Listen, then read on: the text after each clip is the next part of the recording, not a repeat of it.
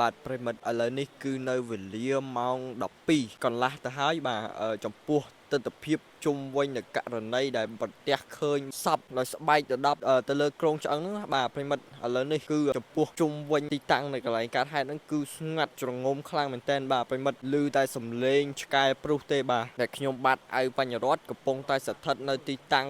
ខាងលើនេះផ្ទាល់តែម្ដងចំពោះករណីដែលប្រទះឃើញសពខាងលើនេះបាទយើងទទួលបានដំណឹងពីបងប្អូនប្រជាពលរដ្ឋគឺមានបុរសម្នាក់ដែលគាត់ជាអ្នករើសអេបចាយណាបាទប្រិមិត្តគាត់បានចូលទៅធ្វើការបំរុងនឹងបន្ទោបង់នៅខាងក្នុងផ្ទះខាងលើហ្នឹងក៏ប្រទះឃើញសាកសពដែលមានតែស្បែកទៅ10ឆ្អឹង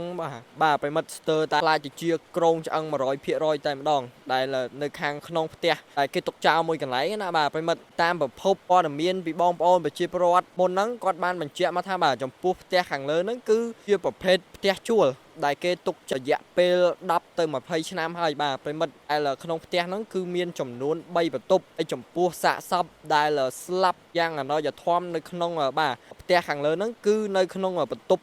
ទី2បាទប្រិមិត្តយើងសូមបញ្ជាក់ផងដែរចំពោះសពខាងលើនេះយើងក៏មិនទាន់ដឹងនៅឡើយទេថាគាត់ស្លាប់ដោយសារអ្វីរងចាំនៅព្រឹកស្អែក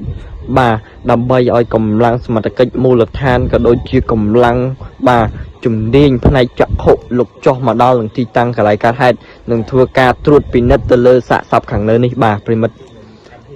ហើយជុំវិញករណីខាងលើនេះគឺរន្ធត់ខ្លាំងមែនតើបាទប្រិមិត្តដោយបាទក្នុងសភាពផ្ទះហ្នឹងគឺបាទមានសភាពចាស់ខ្លាំងមែនតើហើយខាងមុខផ្ទះហ្នឹងក៏មានដើមអំពិលនៅខាងមុខផ្ទះហ្នឹងផងដែរបាទប្រិមិត្ត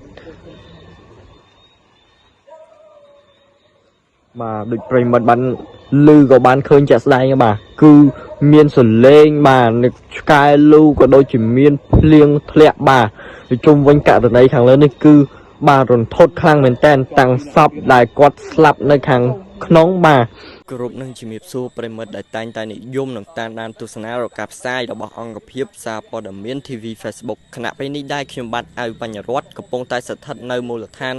ភូមិជ្រៃកោនសង្កាត់ចោមចៅ2ខណ្ឌពោធិ៍សែនជ័យរាជធានីភ្នំពេញដែលយើងទទួលបានប្រភពព័ត៌មានពីបងប្អូនប្រជាពលរដ្ឋគឺមានហេតុការណ៍ដ៏ភ្ញាក់ផ្អើលមួយបានកើតឡើងគឺបាទ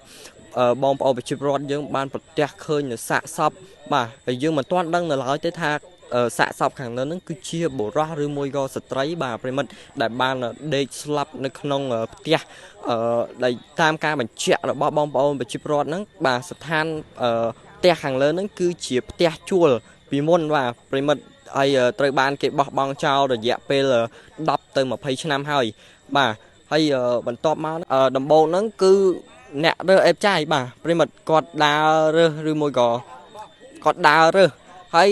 បន្ទាប់មកហ្នឹងគាត់ក៏បានចូលទៅបំរុងនឹងបំតោបង់នៅក្នុងផ្ទះខាងលើហ្នឹងបាទប្រិមិត្តហើយក៏គាត់បានប្រទះឃើញសពបាទដែលបានដេកស្ដោកស្ដឹងនៅខាងក្នុងផ្ទះដែលត្រូវបានគេបោះចោលហ្នឹងយ៉ាងបាទអណយធមតែម្ដងបាទប្រិមិត្តតាមការបញ្ជាក់របស់បងប្អូនប្រជាពលរដ្ឋណាបាទហើយជុំវិញករណីខាងលើនេះគឺបង្កឲ្យមានការភ្ញាក់ផ្អើលខ្លាំងមែនទែនទៅដល់បងប្អូនប្រជាពលរដ្ឋបាទដែលគាត់ស្ថិតនៅទីតាំងកន្លែងកើតហេតុខាងលើនេះបាទហើយយើងមិនទាន់ដឹងឡើយទេថាសាកសពខាងលើហ្នឹងគឺស្លាប់ដោយសារអ្វីបាទប្រិមិត្តដោយស្ថានភាពរបស់សពខាងលើហ្នឹងគឺលក្ខណៈថាស្បែកដណ្ដប់ឆ្អឹងណាបាទប្រិមិត្តស្ទើរតែคล้ายទៅជាក្រងឆ្អឹង100%តែម្ដងបាទប្រិមិត្តនេះគឺជាសភាពផ្ទះដែល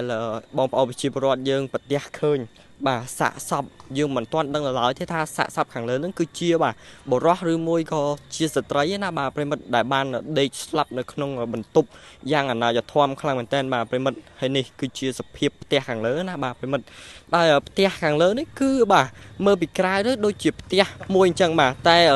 យើងចូលទៅដល់ខាងក្នុងគឺមានជាលក្ខណៈបន្ទប់ដែលគេបានបោះបង់ចោលណាបាទប្រិមិត្តបាទប្រិមិត្តយើងសូមបញ្ជាក់ផងដែរចំពោះបាទសាកសពខាងលើនេះគឺជាជនអនាថាឬមួយក៏យ៉ាងណាក៏យើងមិនទាន់ដឹងនៅឡើយទេបាទហើយចំពោះបាទស្ថានភាពរបស់សពស្លាប់តាំងពីពេលណាក៏យើងមិនទាន់ដឹងដែរដោយសភាពរបស់សពហ្នឹងដូចខ្ញុំបានបញ្ជាក់ជូនប្រិមិត្តអញ្ចឹងបាទ គឺបើសល់តែស្បែកដណ្ដប់ទៅដោយឆ្អឹងស្ទើរតែបាទខ្លាចទៅជាក្រងឆ្អឹង 100% ទៅហើយបាទប្រិមិត្តដោយសភាពសពហ្នឹងគឺនៅមានក្លិនបាទផ្សាយភាយដោយក្លិនបាទស្អុយភីណាបាទប្រិមិត្តនៅខាងក្នុងផ្ទះនេះតែម្ដងបាទអរគុណណាស់ប្រិមិត្តដែលចំណាយពេលវេលាចូលរួមទស្សនារកការផ្សាយរបស់អង្គភាពសារព័ត៌មាន TV Facebook គណៈពេលនេះដែរខ្ញុំបាទអៅបញ្ញរតសូមធ្វើការបញ្ចប់នៅការផ្សាយដល់ត្រឹមនេះបើសិនជាមានពាក្យពេចន៍ឬអ្វីត្រង់ណាមិនសមរម្យក៏សូមខន្តីអភ័យទោសពីសំណាក់ប្រិមិត្តផងបាទជុំវិញនៅករណីខាងលើនេះយើងក៏ដល់ផ្សព្វផ្សាយជាព័ត៌មានបាក់ថោមមួយទេឯព័ត៌មានពិស្ដារយ៉ាងណាទៀតយើងនឹងធ្វើការអាប់ដេតទៅលើគេហទំព័រនិង website STTVB សូមអរគុណនិងសូមគោរពលា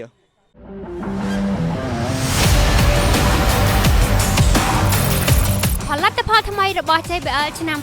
2025 បានមកដល់ហើយ JBL Charge 6 JBL Flip 7 និង JBL Party Box Encore 2លោកអ្នកអាចស្វែងរកផលិតផលថ្មីទាំងនេះបាននៅគ្រប់បណ្ដាសាខា Nano Sound ទូទាំងប្រទេសឬបញ្ជាទិញតាមរយៈ app NTH Mall Ycam អ៊ីនធឺណិតជម្រើសដ៏ពេញនិយមសម្រាប់គេហដ្ឋាននិងអាជីវកម្មគ្រប់ប្រភេទទំនាក់ទំនងតាមរយៈលេខទូរស័ព្ទ